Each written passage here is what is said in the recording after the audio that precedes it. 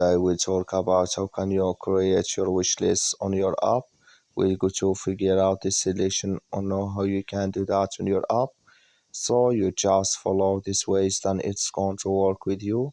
So all you have to do, so you just go down here, you click here on wish list down here, you just click on it.